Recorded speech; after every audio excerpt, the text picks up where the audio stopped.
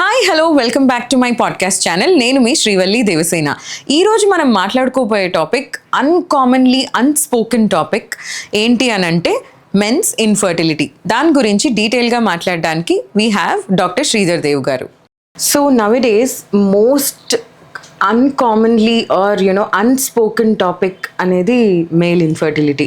So generally no men would like to talk about it or voice out about it. So what do you think, is that like, are we doing it right from men's perspective?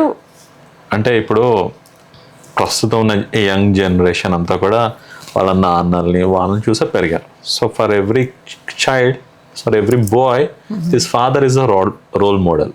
Okay, అంటే వాళ్ళ నాన్న ఎలా చేస్తారో వీడు అలాగే పెరుగుతాడు. ఇంచుమించు ఒక 10% అటు ఇటుగానే పెరుగుతాడు. కాబట్టి coming to this fertility issues, అంటే ఆడపిల్లలకి అంటే ఒక జంటకి పిల్లలు పుట్టకపోతే అమ్మాయిది ప్రాబ్లం అన్నది ఎప్పటి నుంచో it was a norm.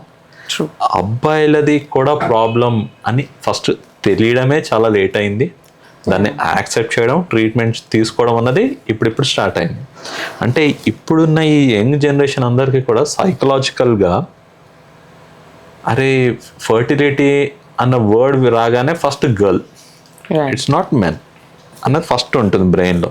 Next వచ్చేసి దాని నుంచి వాడు బయటకు వచ్చి అరే నా వల్లనే పిల్లలు పుట్టట్లేదని యాక్సెప్ట్ చేయడానికి ఇంకొంచెం పుణ్యకాలం పడుతుంది.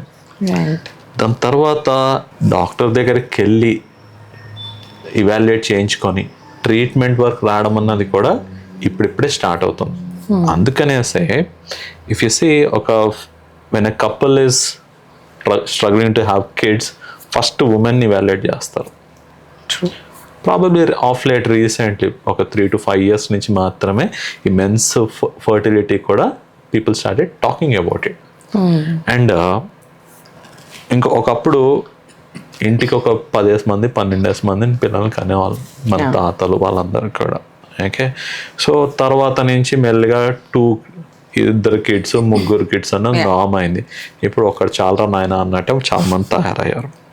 సో ఈ ఒక్కడిని ఆ మెల్లికి కందాలే ఒక్కడినే కదా అనేసి అది అనదర్ ఫ్యాక్టర్. సో వీడికి మొత్తానికి ఒక అబ్బాయి ఈ మధ్యలో తండ్రి అవ్వాలి అంటే 30 to 35 ఈజ్ ద థింగ్ అన్నట్టు most of the men have started taking it in to it. ఇక్కడ వచ్చేసి ఏమవుతుందంటే తెలుసానా, ఈ 30 years కూడా ఒకప్పటి లైఫ్ స్టైల్ అంతా మారిపోయింది. Now people don't play sports, don't go in to sun, don't sleep at the proper time. ఈ 3 బేసిక్ లైఫ్ స్టైల్ మిస్టేక్స్. ఎందుకంటే అబ్బాయి టెస్టిస్ కరెక్ట్ పనిచేయడానికి physical activity must, sleep is a must, and diet. ఈ 3 అనే basic things అన్నమాట. అంటే testosterone boost అవ్వాలన్నా, testis correct పని చేయాలన్నా సరే ఈ 3 బేసిక్ థింగ్స్ చేయాలి.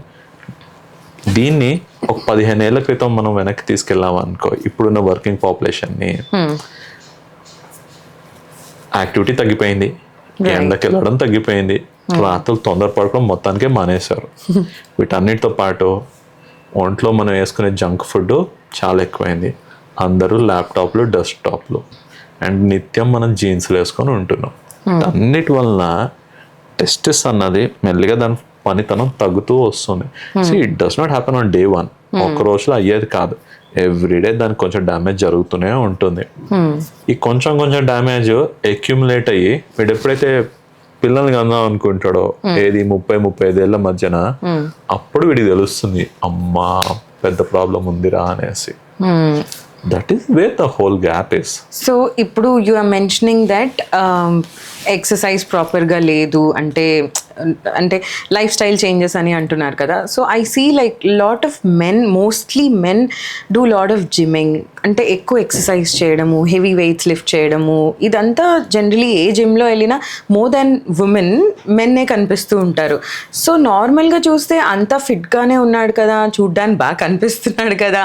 So that's when we feel like healthy fit body అనుకుంటాం. So where is the problem? ఎక్కడ దేవసేన, నువ్వు జిమ్కి వెళ్ళి చూస్తున్నావు, okay, go to common place, restaurant కొన్ని వర్క్ ప్లేస్కే వెళ్ళు, అక్కడ ఎంతమంది ఫిట్ ఉన్నారు అన్నది that is the normal thing. Going to gym and calculating how many men are there, it is not the right way to measure the overall fitness trend. Probably last 10 years నుంచి మెల్లిగా fitness అన్నది కూడా is a integral part of life అన్నది మెల్లిగా జనాలకి ఎక్కింది.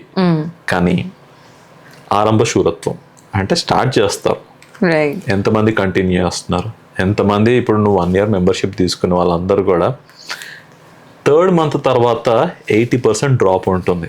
This is a fact given by a gym owner. Okay, yearly annual membership తీసుకున్న దాంట్లో 80 to 90% 3 నెలల్లో కనిపించరు. వీళ్ళందరూ ఎక్కడికి వెళ్తున్నట్టు? ఓకే, కానీ ఈ క్లబ్స్ కానీ పబ్స్ కానీ తీసుకో, ఏ వీకెండ్ కూడా ఏ క్లబ్ పబ్ తక్కువ పాపులేషన్తో కనిపించదు. Right. Beat men or women ఎవరు కూడా తగ్గట్లేదు. అంటే నువ్వు జిమ్ మెంబర్షిప్ తీసుకున్నప్పుడు ఎక్కువ మంది వస్తున్నారు, కానీ వాడుకునే వాళ్ళు ఒక 3 నెలలకి that is where. Okay, so gym తోటి నువ్వు మెన్స్ హెల్త్ ముడేయాల్సిన అవసరం లేదు.